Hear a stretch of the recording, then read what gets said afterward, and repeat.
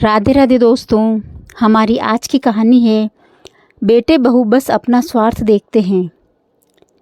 मोहिनी, ये देखो क्या है। राजीव खुशी से झूमते हुए आया और अपनी मोहिनी के हाथों में एक कागज़ थमाते हुए बोला।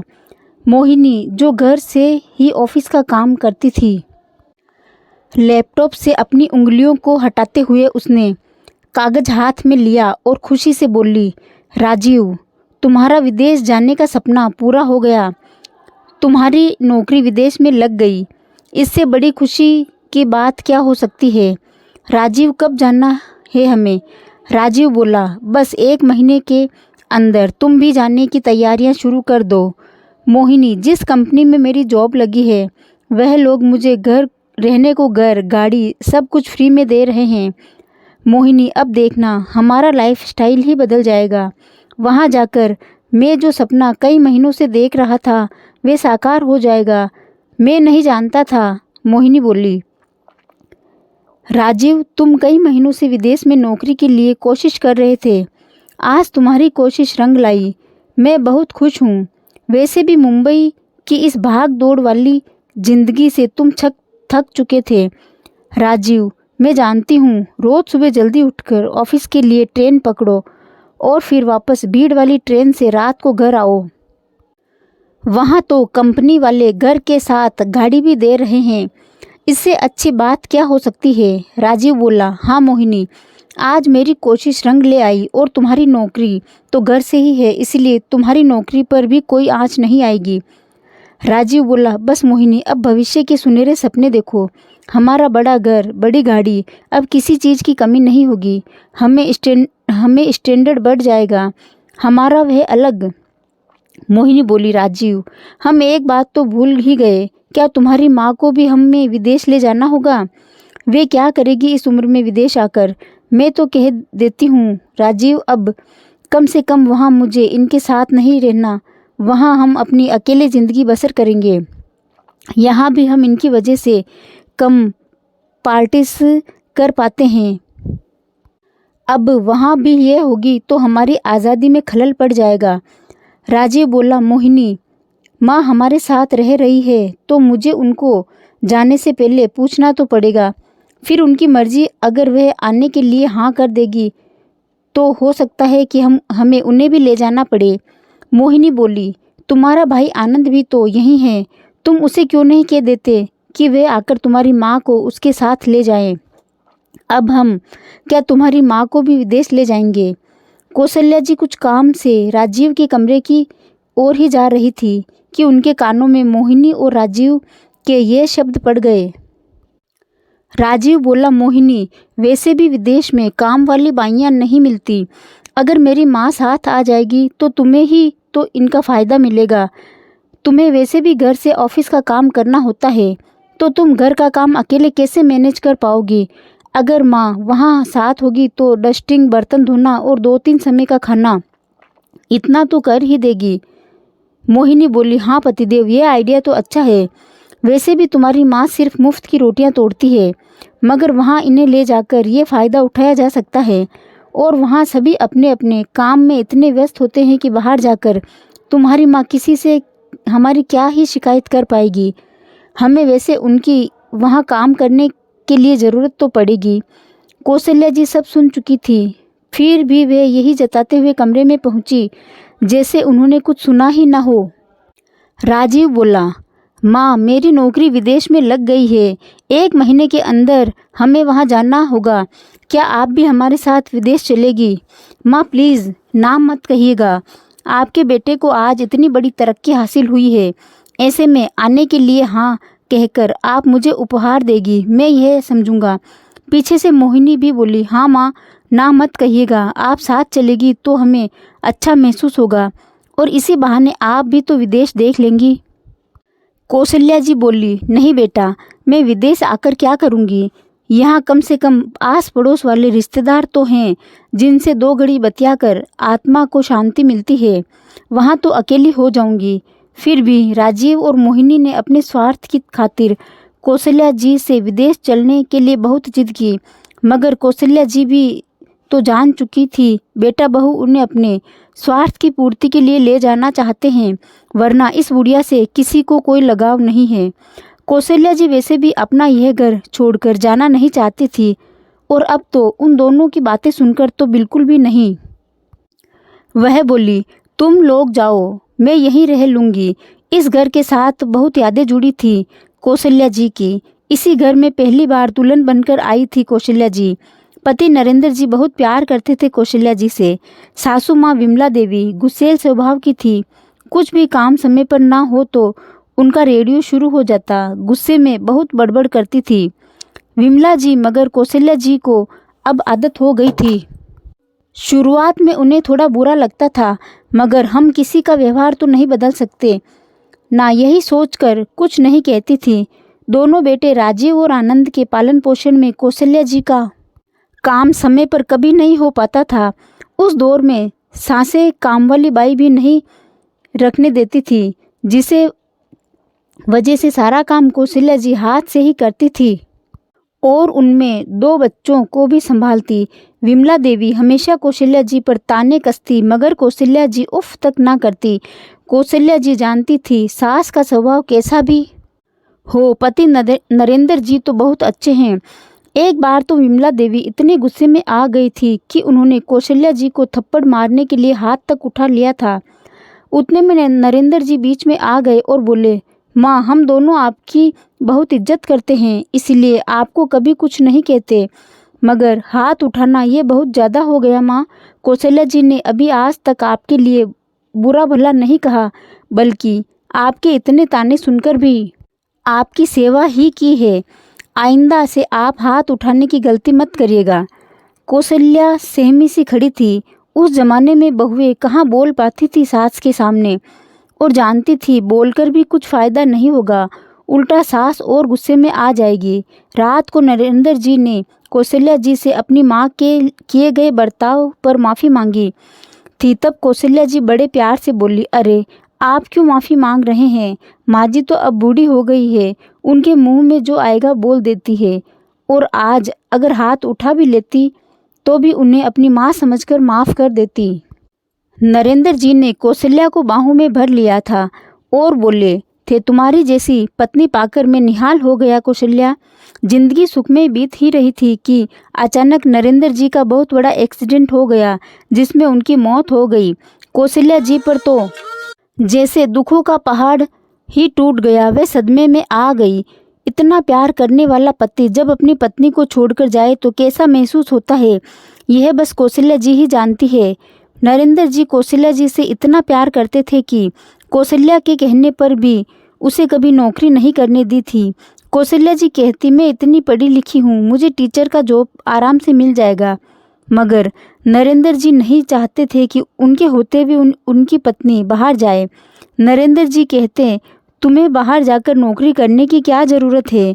क्या मेरी कमाई से घर खर्च नहीं चल रहा है? क्या हमारा अच्छे से पूरा नहीं होता है? मगर नरेंद्र जी की मौत के बाद तो 2 छोटे बच्चे और सास विमला देवी, सबकी जिम्मेदारी अब अकेली कौशल्या जी के सिर पर आ पड़ी थी। मायके में भाभियों ने भी कभी अपने पतियों को कौशल्या जी की मदद नहीं करने दी। मायके में जब तक कौशल्या जी की माँ जिंदा थी, तीनों भाई भी कौशल्या कौशल्या करते, मगर माँ के जाने के बाद किसी भाई को कुछ नहीं पड़ी थी। कोई भाई छोटे बच्चों के लिए भी कुछ नहीं करने को तैयार थे। ना हुआ, सब अपनी अपनी में लग चुके थे। उनकी एक विधवा बहन और उनके 2 बच्चे भी थे। ये तो उनके भाई भूल ही चुके थे, लेकिन कौशल्या जी कभी भी उनसे शिकायत के 2 शब्द नहीं बोलती थी। नरेंद्र जी के साथ काम करने वाले उनके खास दोस्त दिनेश जी हर महीने के अंत में ऑफिस से आकर कुछ पैसे दे जाते, मगर सास विमला देवी ने अपनी बहू और नरेंद्र जी के दोस्त दिनेश पर गलत आरोप लगा दिया, जिससे दिनेश जी ने घर आना जाना बंद कर दिया, और इस झूठे आरोप से कौशल्या जी पूरी तरह टूट चुकी थी। दरअसल नरेंद्र जी बहुत अच्छी पोस्ट पर कार्यरत थे। उनके ऑफिस में सबने मिलकर नरेंद्र जी के घरवालों को हर महीने के अंत में रुपए देने की सोची थी। वहीं रुपए महीने के अंत में नरेंद्र जी के दोस्त दिनेश जी घर आकर दे जाते, मगर विमला देवी ने इस गलत तरीके से ले लिया। और उन पर तरह तरह के आरोप लगा डाले। कौशल्या जी की सास विमला जी के बेटे की मृत्यु हो जाने के बाद बहू पर शक करने लगी थी, जिस वजह से नरेंद्र जी के ऑफिस से जो पैसे आते थे वह भी बंद हो गए। जिंदगी की ये जंग कौशल्या जी को अब अकेले ही लड़नी पड़ी थी। कौशल्या जी ने हार नहीं मानी। दुखों का पहाड़ सर पर लिए वे आगे बढ़ती गई। 2 बेटे राजीव और आनंद के थोड़े बड़े होने पर कौशल्या जी ने घर में बच्चों को ट्यूशन लेने शुरू कर दिए। आनंद और राजीव पढ़ने में बहुत होशियार थे, जिससे उनकी कक्षा के ज़्यादातर बच्चे कौशल्या जी के पास ही पढ़ने आते थे। इस तरह घर का गुजारा अच्छे से चल जाता। वक्त के साथ विमला देवी ने भी प्राण त्याग दिए। राजीव और आनंद पढ़ लिख कर अच्छी नौकरी में लग गए। कौशल्या जी की बूढ़ी हड्डियां भी अब जवाब देने लगी थी। दोनों बेटों ने माँ से ट्यूशन का काम जबरन छुड़वाया था। दोनों कहते थे, माँ हमारे होते हुए तुम्हें ट्यूशन लेने की क्या ज़रूरत, हम दोनों कमाते हैं, अब बस आप घर पर बैठकर आराम करो। राजीव ने अपने ऑफिस में साथ काम करने वाली मोहिनी को अपने लिए पसंद कर लिया था और आनंद के लिए कौशल्या जी ने एक लड़की पसंद की और दोनों बेटों की शादी करवा दी। आनंद की पत्नी रोहिणी आते ही अलग हो गई। उसे संयुक्त परिवार में रहना पसंद नहीं था। वे तन्हा पसंद लड़की थी। उसे कोई भी बर्दाश्त नहीं होता था। आनंद की भी उसकी पत्नी के आगे कुछ ना चली। रोहिणी रोज घर में झगड़े करने लगी थी। इसलिए कौशल्या जी भी खुद भी दोनों को रोककर घर की शांति भंग नहीं करना चाहती थी। थोड़े दिन आनंद और उसकी पत्नी के वियोग में कौशल्या जी बहुत उदास रही। बड़ा बेटा राजीव और उसकी पत्नी मोहिनी भी सिर्फ नाम के साथ में थे। वे दोनों दिन भर नौकरी में लगे रहते और शनिवार रविवार अपने दोस्तों के साथ पार्टी करते या घूमने जाते। दोनों में से कोई भी कौशल्या जी से ज़्यादा बात भी नहीं करता था। कौशल्या जी के पास पड़ोसी रिश्तेदार से फ़ोन पर थोड़ी देर बात कर लेती थी, बस। बाकी घर में उनकी उपस्थिति या अनुपस्थिति से किसी को कोई फर्क नहीं पड़ता था। कौशल्या जी फिर से एक बार अपने आप को बहुत अकेला महसूस करने लगी थी। उम्र के इस पड़ाव में आज नरेंद्र जी का साथ होते तो कितना अच्छा होता। कम से कम वक्त तो आसानी से निकल जाता और एक सहारा जो हमेशा हिम्मत देता था, वो सहारा जो कभी मुझे उदासी में नहीं देख पाता था।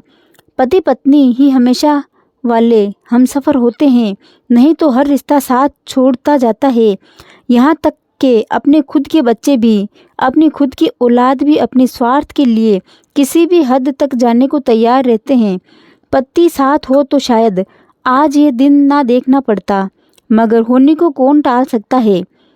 जब नसीब में ऐसा ही लिखा था तो कोई क्या कर सकता है। कौशल्या जी अकेले में खूब रोती और सोचती रहती थी, ना जाने भगवान और कितने इम्तिहान लेगा।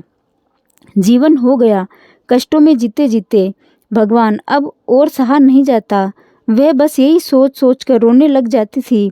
छोटी बहू रोहिणी और बेटा आनंद अलग तो पहले ही हो चुके थे, मगर रोहिणी के पिताजी के गुजर जाने पर अब आनंद और उसकी पत्नी रोहिणी के मायके में ही जा बसे, क्योंकि रोहिणी अपनी माँ की इकलौती संतान थी और वह अपनी माँ को यूं अकेले नहीं छोड़ना चाहती थी। राजीव और मोहिनी के विदेश जाने का दिन आ गया। वे कौशल्या जी से बोले, माँ आप कहे तो मैं आनंद और रोहिणी से आपको उनके साथ ले जाने की बात करता हूँ।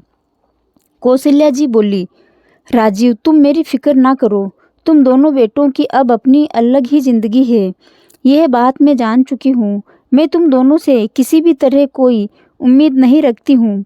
जिंदगी हर कदम नए इम्तिहान लेती है। इस जंग को हमें अकेले ही लड़ना होता है और यह मेरी जंग है। जब आज तक इतनी जंग लड़ चुकी हूँ तो एक जंग और सही, मैं इसे भी अकेले लड़ लूँगी। वह दोनों सुनते रहे और कोई भी हाव भाव व्यक्त न कर हमेशा के लिए विदेश चले गए। राजीव के चले जाने के बाद आनंद और रोहिणी भी बस 1-2 बार ही कौशल्या जी से मिलने आए थे, लेकिन कभी भी अपनी माँ को अकेले देख उन्हें दया न आती थी। जिस माँ ने इतने कष्टों में दोनों बेटों को पाला, आज वे दोनों बेटे ही अपने अपने स्वार्थ के लिए मुंह मोड़ गए। 2 बेटे 2 बहुएं होने के बाद भी कौशल्या जी की बुढ़ापे में सेवा करने वाला कोई नहीं है। कौशल्या जी अकेले में खूब रो लेती है। अपने घर की दर दीवारें देख कर उन्हें करार ना होता तो अपने पति की तस्वीर लेकर बैठ जाती थी और घंटों घंटों उनसे बातें करती रहती थी और ईश्वर से प्रार्थना करती कि अगर बेटे बड़े होने के बाद अपनी माँ को यूँ अकेला छोड़ जाते हैं तो भगवान किसी को ऐसा बेटा ही ना दे।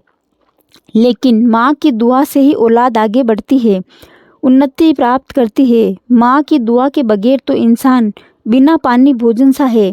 दोनों बेटे अपनी माँ को दुख देकर खुद सुख नहीं भोग पाए। कोई ना कोई परेशानी दोनों बेटों बहुओं को घेरे रखती थी, जिनसे उन्हें भी धीरे धीरे यह एहसास होने लगा कि माँ को अकेले छोड़ने का परिणाम भुगत रहे हैं हम लोग। दोस्तों, जो बेटे उम्र के इस पड़ाव पर अपनी माँ को यूँ अकेला छोड़ देते हैं, क्या उन्हें अपनी माँ की कुर्बानियाँ याद नहीं रहती होगी? कैसे उनकी माँ ने इतने कष्ट झेलकर उन्हें बड़ा किया, ये सब उन्हें याद नहीं रहता होगा।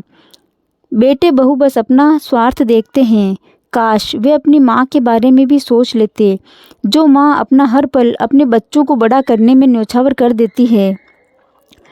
तो दोस्तों, आपको ये कहानी कैसी लगी कमेंट बॉक्स में बताएं और इस चैनल को लाइक, शेयर और सब्सक्राइब ज़रूर करें। धन्यवाद।